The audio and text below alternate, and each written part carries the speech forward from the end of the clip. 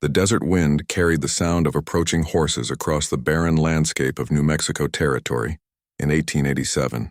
Samuel Ghost Martinez had been living alone in these harsh lands for 3 years, earning his nickname from the way he appeared and disappeared like a phantom among the rocky canyons. His weathered face and sun-darkened skin told the story of a man who had chosen the unforgiving desert over the company of civilization.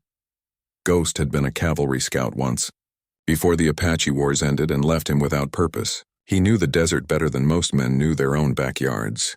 Every waterhole, every hidden cave, every trail that snaked through the maze of red rock formations. The Chiricahua Apache had taught him their secrets during peaceful times, before the government decided their friendship was dangerous. On this particular morning, Ghost was checking his animal traps near a small spring when he heard the distant rumble of many horses moving fast. He climbed to a high ridge and pulled out his brass spyglass, scanning the horizon. What he saw made his blood run cold. A large group of armed men was riding hard toward the small frontier town of Copper Ridge, about 20 miles east of his camp. Something about their formation troubled him. They rode in military fashion, but these were not soldiers. Their clothes were too fine, their horses too well fed for ordinary cowboys or drifters. Ghost counted at least 30 men, all heavily armed with rifles and six-shooters. Their leader rode a magnificent black stallion and wore a silver-trimmed hat that caught the morning sun. Ghost had heard rumors in the trading posts about strange happenings in Copper Ridge, cattle disappearing in the night, Apache families vanishing without a trace, local ranchers growing rich while their neighbors struggled to survive. The territorial government seemed blind to the complaints from smaller settlers and the few remaining Apache families who lived peacefully on the edges of town. As the riders passed below his hiding spot, Ghost recognized some faces. There was Jake Morrison, the territorial judge who had a reputation for harsh sentences against anyone with Apache blood. Beside him rode Colonel Benjamin Hayes, supposedly retired from the army but still wearing his uniform with obvious pride. Behind them came a mixture of hired guns, corrupt lawmen, and wealthy ranchers who had been buying up land at suspiciously low prices. Ghost's instincts, sharpened by years of survival in hostile territory, told him this was no ordinary posse. The way they moved, the expensive equipment they carried, the confident bearing of men who believed they were above the law, it all pointed to something much larger and more dangerous than simple frontier justice. He watched as they disappeared into the heat shimmer on the horizon, heading toward Copper Ridge where approximately 300 souls lived their daily lives, unaware of the approaching storm. Among those residents were 2 young Apache sisters, Ayana and Chenoa, who had been adopted by the local preacher after their parents died in the last outbreak of Apache fever 2 summers before. Ghost had met the girls once at the trading post. They were perhaps 16 and 14 years old, intelligent and gentle, trying their best to fit into the white man's world while keeping their Apache heritage alive in small, secret ways. They helped the preacher's wife with her garden and were learning to read from the Bible, though Ghost suspected they still whispered Apache prayers when no one was listening. The desert had taught Ghost to trust his feelings, and right now every fiber of his being screamed that those girls were in terrible danger. He had seen enough frontier justice to know that Apache blood, even in the veins of innocent children, was often considered crime enough for a rope and a tree. Ghost broke camp within minutes, loading his few possessions onto his hardy desert horse, a paint mare named Sage who could travel all day on very little water. He checked his weapons, a Winchester rifle, a Colt revolver, and a long knife he had learned to use from his Apache friends. If trouble was heading for Copper Ridge, he would be there to meet it. The sun climbed higher as he rode across the desert, following old Indian trails that would bring him to town faster than the main roads. His mind raced as he tried to piece together what he had observed. The armed group had the look of men carrying out a carefully planned operation, not the random violence of ordinary outlaws. As Sage's hooves beat a steady rhythm across the hard-pan desert floor, Ghost remembered the words of an old Apache chief. Sometimes the spirits send a lone wolf to protect the innocent when the pack has forgotten honor. Ghost had always thought himself too broken and alone to be anyone's protector, but perhaps the desert had been preparing him for this moment all along. The town of Copper Ridge appeared as a brown smudge against the red rocks ahead, its buildings tiny and fragile under the vast sky. Somewhere in that small collection of wooden structures and dusty streets, Two young Apache girls were going about their morning chores, completely unaware that a storm of violence and injustice was about to break over their heads. Ghost urged Sage to move faster, his weathered hands steady on the reins, but his heart pounding with the urgency of his mission. The desert had taught him that survival often depended on being in the right place at exactly the right moment. Today he prayed he would not be too late. Ghost reached the outskirts of Copper Ridge just as the church bell was ringing noon. The town looked peaceful from his hiding spot behind a cluster of Joshua trees, but his experienced eyes caught details that made him uneasy. Several horses stood tied outside buildings where they normally would not be, and men in dusty travel clothes loitered near the general store, their eyes constantly scanning the street. He left Sage hidden in a small canyon and approached the town on foot, moving from shadow to shadow with the silent skills his Apache friends had taught him. The back alleys of Copper Ridge reeked of horse manure and rotting garbage, but they provided perfect cover for someone who knew how to move unseen. From behind the blacksmith shop, Ghost could hear angry voices coming from the direction of the church. He crept closer using a pile of old lumber as cover and peered around the corner. What he saw confirmed his worst fears. Judge Morrison stood on the church steps, reading from an official-looking document while Colonel Hayes and several armed men formed a semicircle around two figures kneeling in the dirt. Even from a distance, Ghost could see it was Ayanna and Chenoa, their dark hair unmistakable in the harsh afternoon sun. Their hands appeared to be tied behind their backs.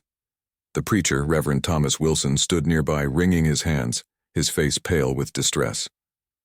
His wife, Sarah, clutched his arm, tears streaming down her cheeks as she watched the scene unfold. A crowd of townspeople had gathered, some looking shocked and confused, others nodding in apparent agreement with whatever charges were being read.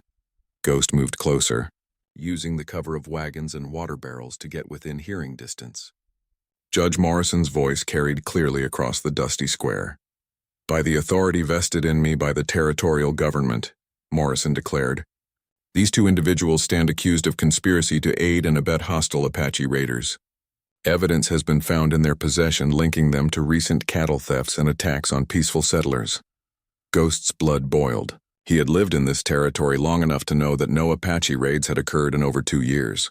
The last hostile bands had surrendered or fled to Mexico after Geronimo's capture. Whatever evidence they claimed to have was surely planted. Colonel Hayes stepped forward, his brass buttons gleaming. "The territorial militia has conducted a thorough investigation," he announced. "These girls have been secretly communicating with renegade Apache bands, providing them with information about settler movements and supply wagons." "That's impossible." Reverend Wilson found his voice at last. "These girls haven't been off my property in months except to come to town with my wife for supplies. They're innocent children who lost their parents and came to us for protection." "Silence!" Morrison's voice cracked like a whip. "Are you questioning the authority of territorial law? Perhaps you need to examine your own loyalties, Reverend." The threat in those words was unmistakable. Ghost could see several of the townspeople step away from the preacher, fear replacing the confusion on their faces. Whatever game Morrison and Hayes were playing, they had the power to destroy anyone who opposed them. Ghost noticed something else that made the situation even more sinister. Standing at the edge of the crowd was Marcus Thornfield, the territory's wealthiest rancher, along with 2 other men Ghost recognized as land speculators from Santa Fe. These were not the kind of men who would ride out to watch frontier justice unless they had a financial interest in the outcome. From his hiding spot, Ghost studied the evidence that Hayes was displaying to the crowd. A bundle of arrows with Apache markings, some beaded jewelry, and what appeared to be papers covered with symbols. To the untrained eye it might look damning, but Ghost could see the deception immediately. The arrows were old, probably taken from some museum or private collection. The beadwork was Navajo, not Apache. Any real expert could tell the difference in the patterns. As for the papers with symbols, they looked like the kind of writing exercises Reverend Wilson had been teaching the girls, not secret messages to hostile warriors. But the crowd did not know these details, and their fear was being deliberately stoked by men who understood exactly how to manipulate frontier paranoia. Ghost realized he was witnessing something far worse than mistaken justice. This was a carefully orchestrated conspiracy designed to remove 2 innocent girls for reasons that had nothing to do with Apache. Raids, the pieces began to fall into place in Ghost's mind. Thornfield and his associates had been buying up land around Copper Ridge at unusually low prices. Families who refused to sell often found their cattle missing, or their property mysteriously burned.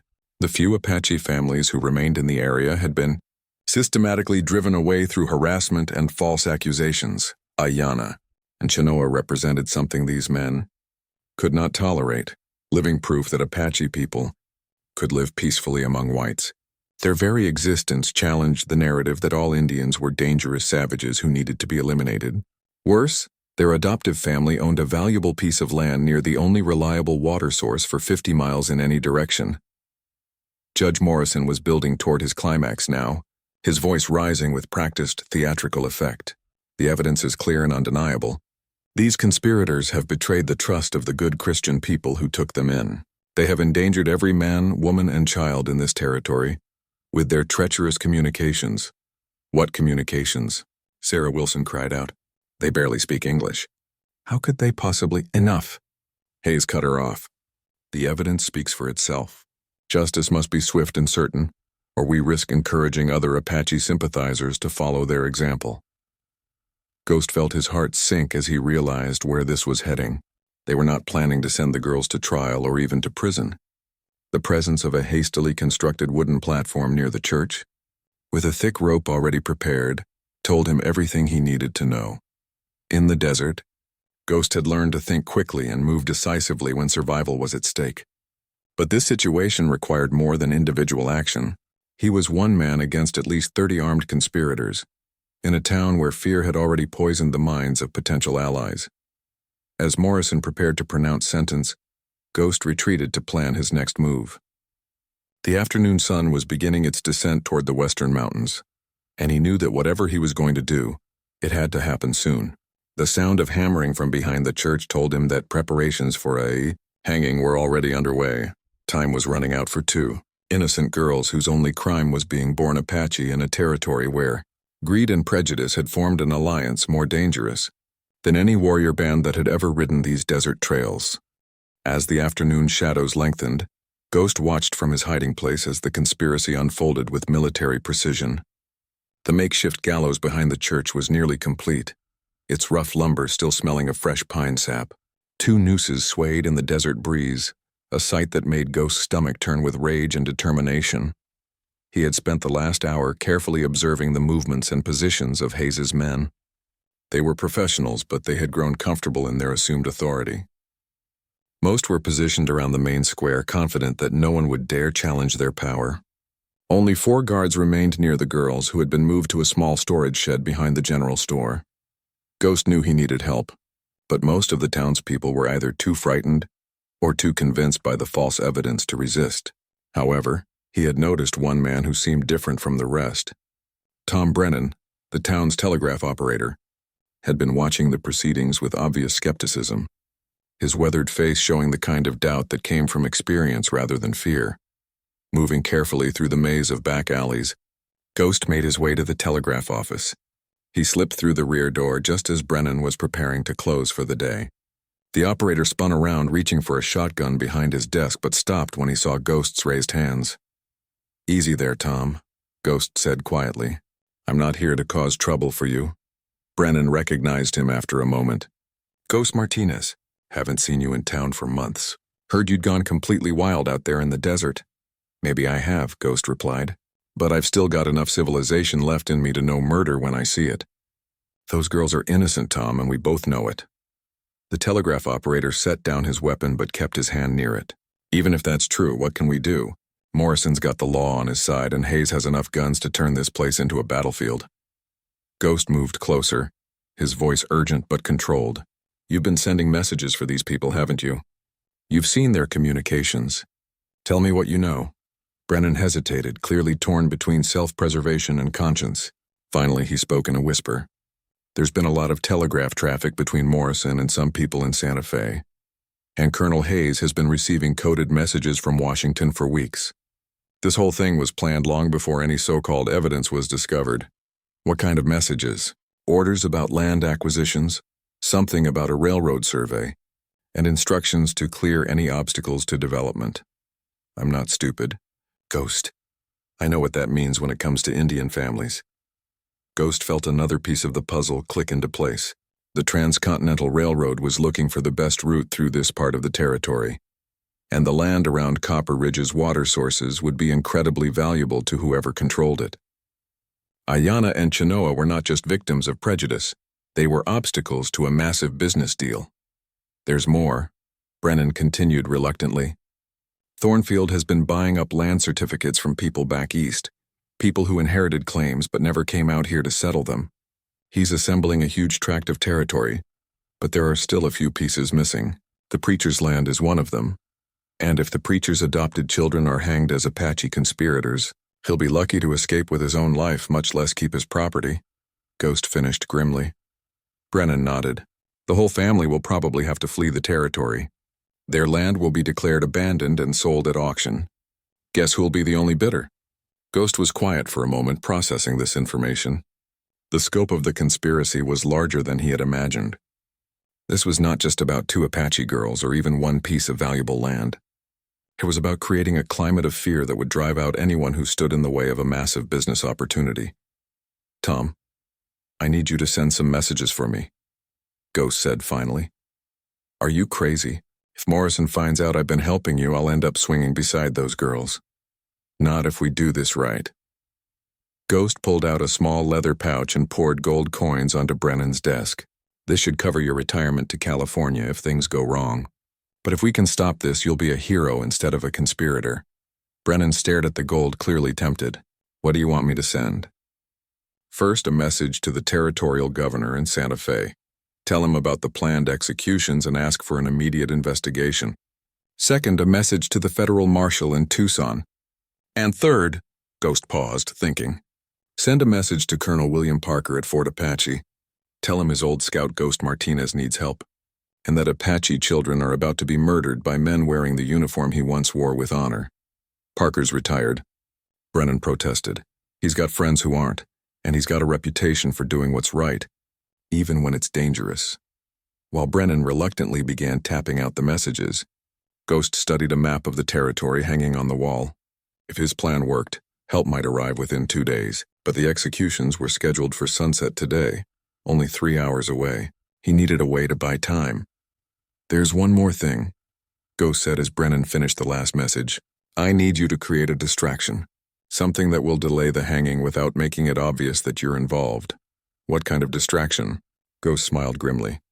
Tell Morrison you've received an urgent message from the territorial capital. A federal inspector is arriving tomorrow morning to investigate reports of irregular land sales in this district. Tell him the inspector wants to interview all parties involved in recent legal proceedings. Brennan's eyes widened with understanding. That might work. Morrison and Hayes won't want federal attention on their activities, but they'll be suspicious if the message comes too conveniently. Then make it convincing. Tell them the inspector was already en route to investigate Thornfield's land acquisitions when word reached Santa Fe about the Apache conspiracy case. Say the territorial government wants to make sure everything is handled properly to avoid any complications with Washington. As Brennan prepared to deliver this false message, Ghost made his own preparations. He had bought some time, but now he needed to position himself for whatever came next. The desert had taught him patience, but it had also taught him that survival sometimes required taking enormous risks. Outside, he could hear the sound of more hammering and the voices of men preparing for what they believed would be a simple execution. They had no idea that their carefully planned conspiracy was about to face its first real challenge from a man who had learned to fight back against impossible odds in the unforgiving wilderness of the American Southwest. The sun was sinking lower toward the mountains, painting the desert in shades of red and gold. In less than 3 hours, 2 innocent girls would face death unless Ghost could find a way to stop the most powerful men in the territory. The odds were against him, but he had faced worse odds before and survived. This time, though, it was not just his own life at stake. The false telegram worked even better than Ghost had hoped. Within minutes of Brennan delivering the message about a federal inspector, the town square erupted into urgent, whispered conversations between Morrison, Hayes, and Thornfield.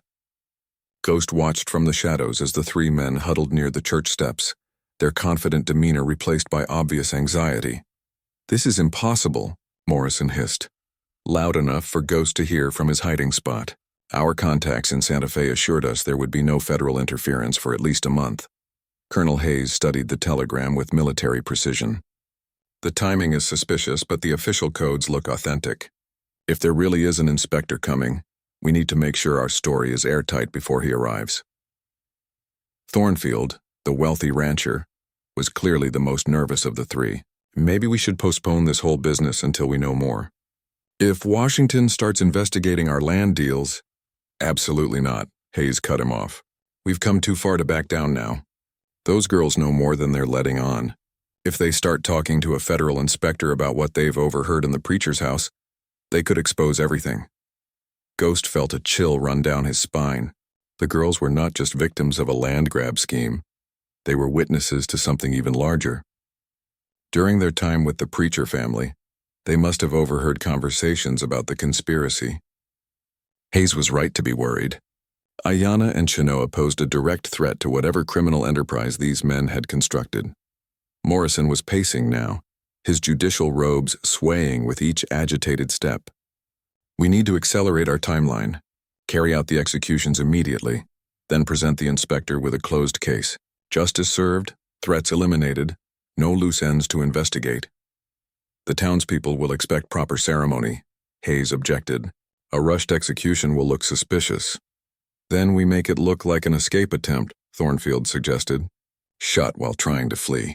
Very tragic, but these things happen with dangerous prisoners. Ghost realized with growing horror that his delaying tactic had actually made the situation worse. Instead of buying time for rescue, he had pushed the conspirators toward an even more brutal solution. The girls would be murdered in cold blood and their deaths blamed on a fictional escape attempt. He had to act now, before the men could implement their new plan. But a direct assault was still suicide. There were too many armed guards, and the townspeople were too frightened to help.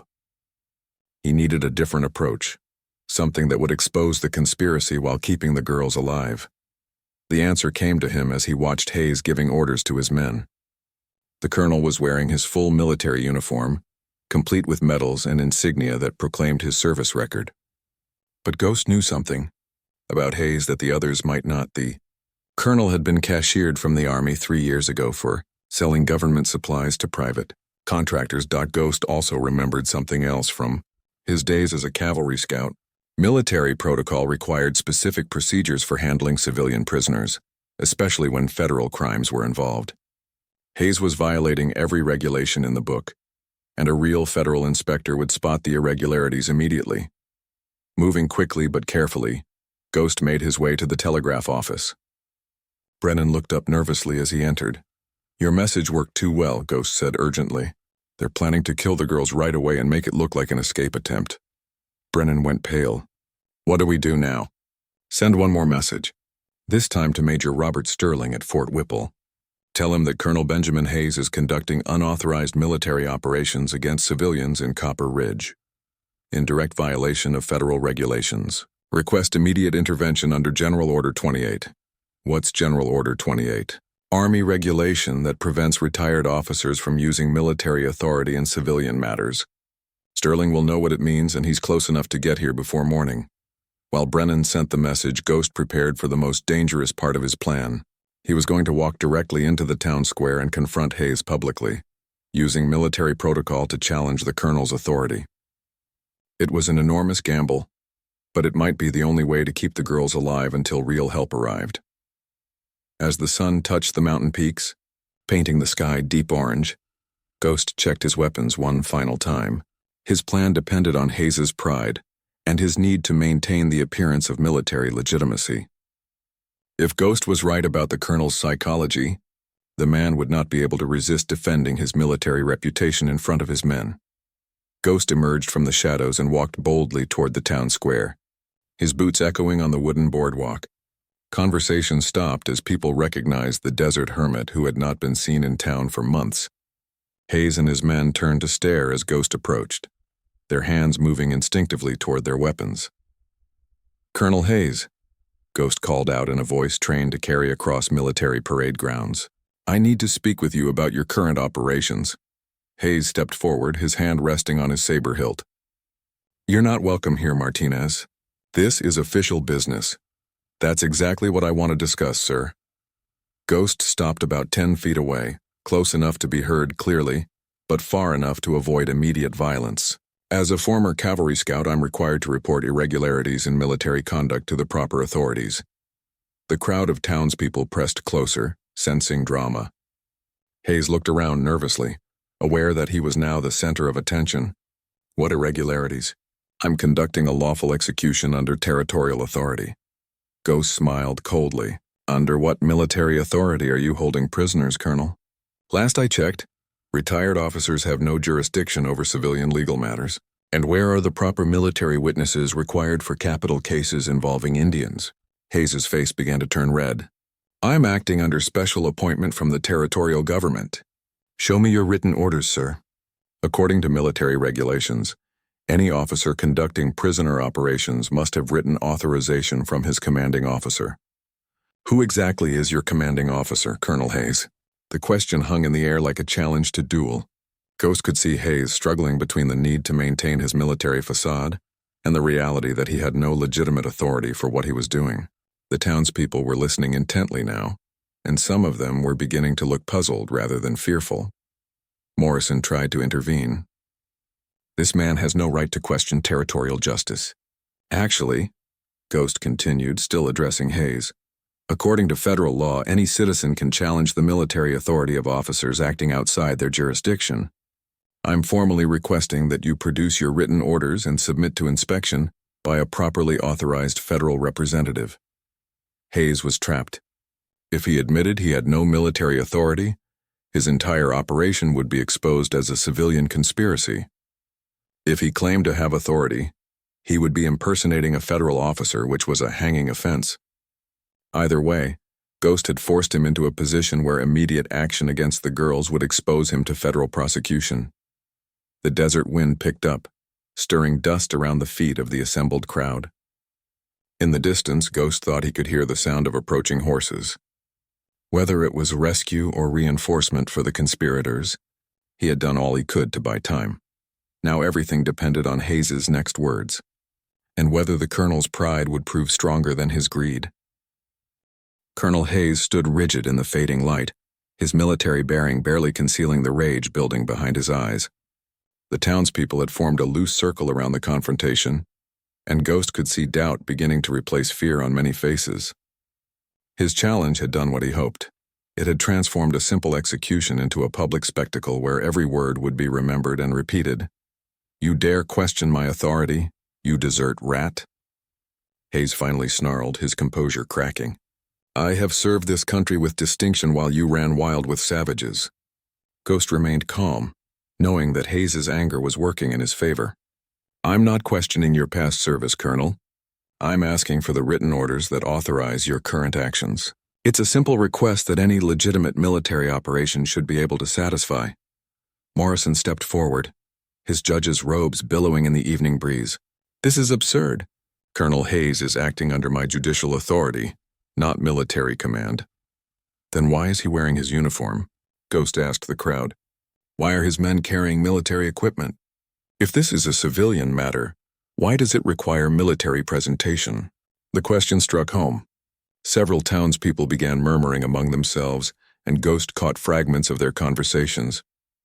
They were beginning to realize that something was wrong with the official story they had been told. Thornfield, the wealthy rancher, tried to regain control of the situation. Enough of this nonsense. We have dangerous criminals to deal with, and this man is obviously trying to help them escape justice. But Ghost had anticipated this accusation. I'm trying to ensure that justice is properly served according to law. If these girls are truly guilty, then they deserve a proper trial with adequate defense.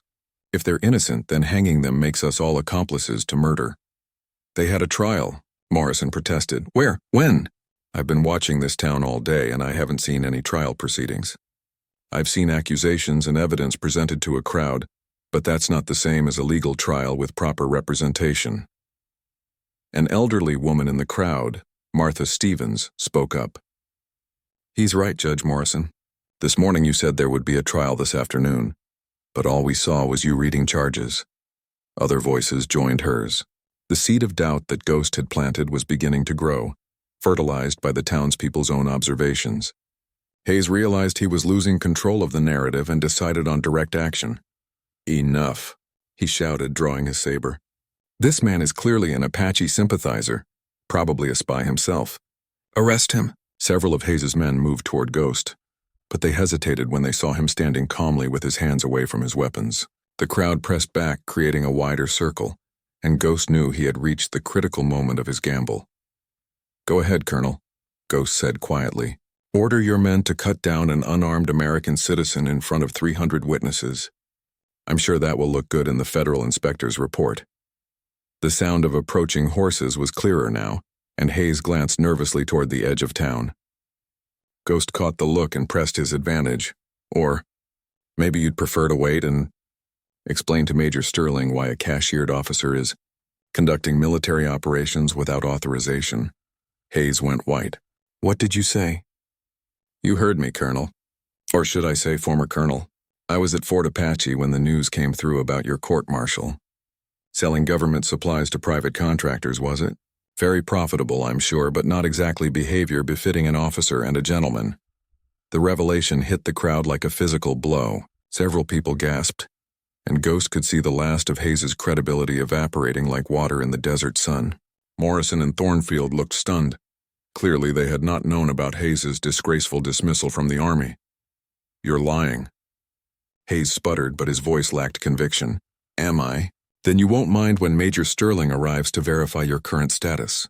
I sent word to Fort Whipple an hour ago." The sound of horses was definitely closer now, and Hayes looked around desperately for support, but his men were beginning to back away, unwilling to follow a disgraced officer into what was clearly becoming a federal incident. Morrison tried one last desperate gambit. "Even if Colonel Hayes has no military authority, I still have judicial power in this territory." "To conduct secret trials without proper representation?" Ghost challenged. "To execute minors without allowing appeals? I don't think federal law permits that kind of frontier justice, Judge Morrison." The crowd was definitely turning now. Ghost could see anger replacing confusion on many faces as people realized they had been manipulated and lied to. Someone in the back shouted, "Let's see this evidence they keep talking about." Others took up the cry, and soon the crowd was demanding to examine the proof against the Apache girls. Morrison and Hayes exchanged panicked glances, knowing that close inspection would reveal the planted and falsified evidence for what it was. That was when the first rifle shot cracked across the square. The crowd scattered, screaming as Hayes's men opened fire, but they were not shooting at Ghost or the townspeople. They were shooting at the approaching riders, who Ghost now realized were not reinforcements for the conspiracy, but the rescue he had been hoping for. Major Sterling and a squad of federal cavalry came thundering into town, their blue uniforms unmistakable in the fading light.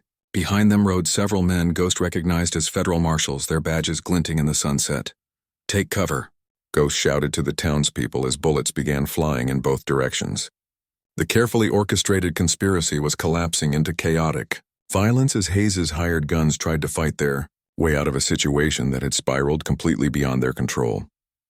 Ghost himself dove behind a water trough and drew his Colt revolver. The two Apache girls were still prisoners somewhere in this chaos, and until they were safe, his mission was far from over.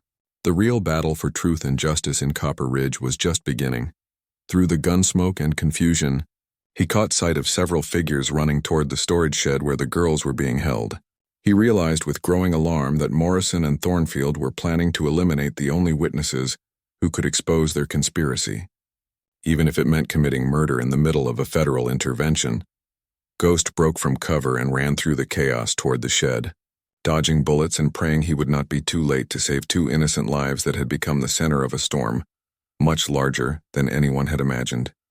Ghost reached the storage shed just as Judge Morrison was fumbling with a ring of keys, his hands shaking with desperation and fear. Behind him, Thornfield held a cocked revolver, his eyes wild with the knowledge that his carefully constructed empire was crumbling around him. "Step away from that door," Ghost commanded, his own weapon trained on the two men.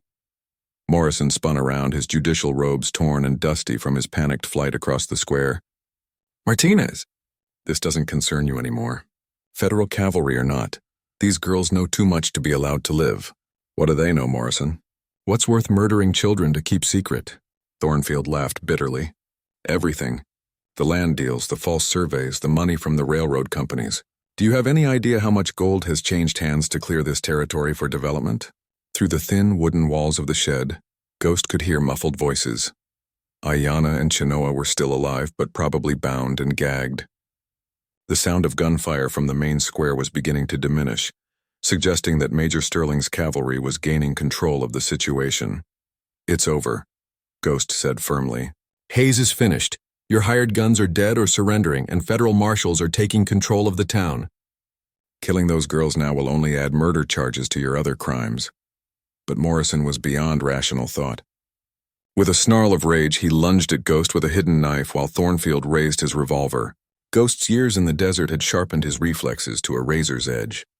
He ducked Morrison's wild slash and put 2 bullets into Thornfield before the rancher could fire.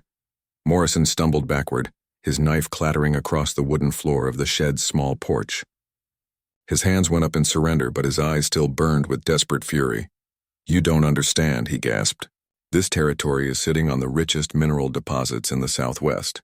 The railroad survey found copper, silver, maybe even gold. We had to clear out the Indians and small settlers before word got out. Once the mining companies arrived, every acre would have been worth a fortune." Ghost kept his gun trained on Morrison while he kicked the fallen knife away. "So you manufactured a crisis, created evidence of Apache raids that never happened, stirred up fear among the townspeople, and used that fear to justify driving out anyone who wouldn't sell their land." "It would have worked," Morrison insisted. "Another year or two, and we would have owned everything from here to the Colorado River. The railroad would have paid millions for the right-of-way, and the mining leases would have made us richer than kings."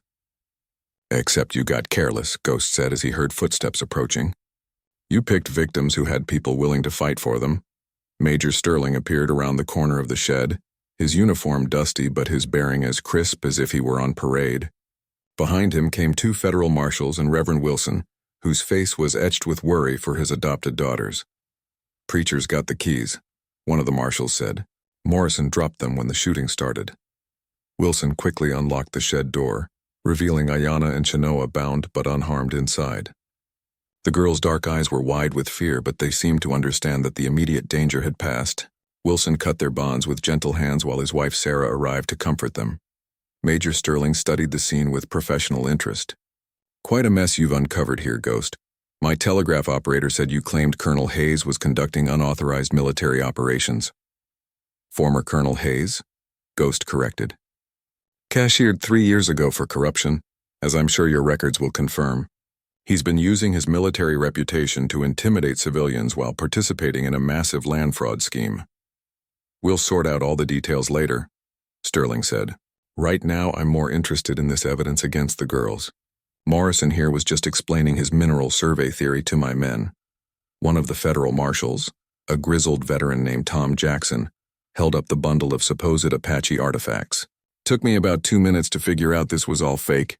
Arrows are museum pieces probably stolen from Santa Fe. Beadwork is Navajo, not Apache. And these papers," he shook his head in disgust. "Children's writing exercises, nothing more." Ghost felt a wave of relief wash over him as he watched Ayanna and Chenoa reunite with their adoptive family. The girls were safe, the conspiracy was exposed, and justice would finally be served. But he also felt the familiar pull of the desert calling him back to his solitary life. "What happens now?" Reverend Wilson asked. Major Sterling surveyed the scene with military efficiency. "Federal marshals will handle the prosecutions. Morrison, Hayes, and their surviving associates will face charges for conspiracy, fraud, attempted murder, and impersonating federal officers.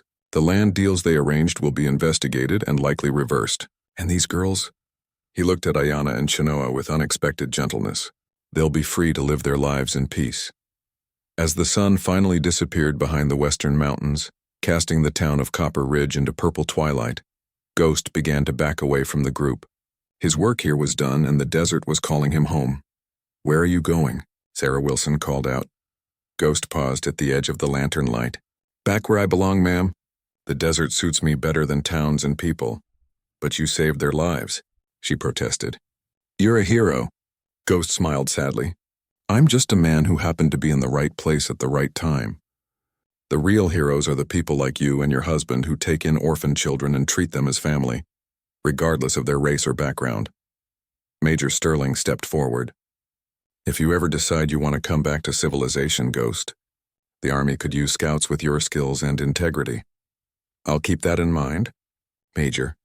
As Ghost disappeared into the darkness beyond the town, heading back toward his paint horse Sage and the vast emptiness of the desert, the people of Copper Ridge began the long process of rebuilding their community on foundations of truth rather than fear. The two Apache, girls who had nearly died for the crime of being inconvenient, to powerful men would grow up to become teachers, helping bridge the gap between two cultures in a territory learning to embrace diversity rather than fear it. And sometimes, on quiet desert evenings when the wind carried strange sounds across the wasteland, they would remember the mysterious man who emerged from the wilderness to save their lives before vanishing back into the landscape that had shaped his solitary but honorable existence. Desert had taught Ghost Martinez that justice sometimes required a lone wolf to protect the innocent when the pack had forgotten its honor. On this day in the small town of Copper Ridge, that lesson had proven true once again.